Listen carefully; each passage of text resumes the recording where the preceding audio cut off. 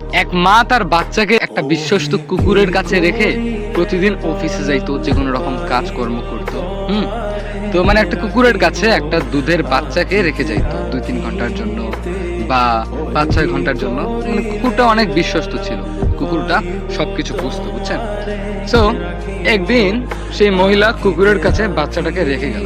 বিশ্বস্ত কুকুর, সেই কুকুরটাকে অনেক ভালোবাসে মহিলাটা, এবং সেই কুকুরটাও মহিলাটার মনের কথা বোঝে, মানে মহিলাটা যেটা চাচ্ছে সেটা কুকুরটা বুঝে। তো একদিন সেই মহিলাটা অফিসে গেল, অফিস থেকে এসে সোজা রুমে ঢুকেই দেখতে পেল অনেক রক্ত পড়ে আছে মেঝের মধ্যে। তো কুকুরটার মুখের মধ্যেও রক্ত লেগে আছে। তো বাচ্চাটা কিন্তু ছিল পাশের রুমে। মহিলাটার মাথায় এই ভাবনাটা ছিল না যে তার বাচ্চা এই ঘরে নেই, ওই ঘরে কুকুরটার সঙ্গে রেখে গিয়েছে, তাই না?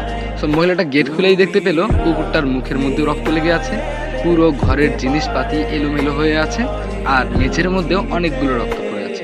তো মহিলাটা কোনো কিছু না ভেবে অনেক চিৎকার করে, অনেক মানুষকে ডেকে নিয়ে এসে তার সেই বিশ্বস্ত কুকুরটাকে মারতে মারতে মেরে ফেলে। তো মহিলা কান্না করতে করতে বেহুশ হয়ে যায়। তারপরে একটি লোক তার পাশের রুমে গিয়ে দেখে তার বাচ্চা বিছানার উপরেই শুয়ে আছে। মানে বাচ্চাটির কিচ্ছু হয়নি, বিছানার উপরেই শুয়ে আছে।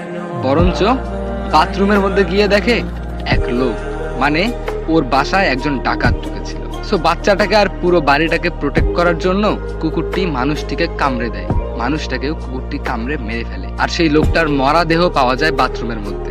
তখন মহিলা বাচ্চাটিকে দেখে অনেক খুশি হলো, আর মাথার মধ্যে হাত দিয়ে বলল, হায় হায়, এটা আমি কি করলাম?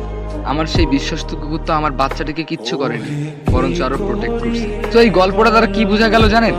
দেখুন, আপনি যাকে বিশ্বাস করেন, যার সঙ্গে আপনার অনেক ভালো সম্পর্ক, দেখবেন তার সঙ্গে ভুল বোঝাবুঝি হয় ঠিক থার্ড পার্সন ব্যক্তির জন্য। আসলে থার্ড পার্সন ব্যক্তিটা হচ্ছে ওই ডাকাত, তাই না?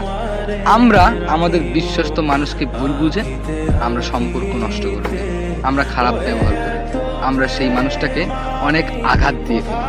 আসলে আমাদের কোনো দোষই নেই, থার্ড পার্সন ব্যক্তির জন্য এরকম একটা ভুল বোঝাবুঝি সৃষ্টি হয়েছে, মিসআন্ডারস্ট্যান্ডিং অ্যান্ড মিসকনসেপশন। তো ফলে কি হয় জানেন? সম্পর্ক ভেঙে যায়, বিশ্বাস নষ্ট হয়ে যায়। সো যেটা করবেন ভেবে চিন্তে করবেন। বিশ্বস্ত মানুষকে কিন্তু এত সহজে আঘাত করা যায় না, বিষয়টা একটু ভেবে দেখবেন। আর ভিডিওটি যদি বুঝে থাকেন তাহলে একটা শেয়ার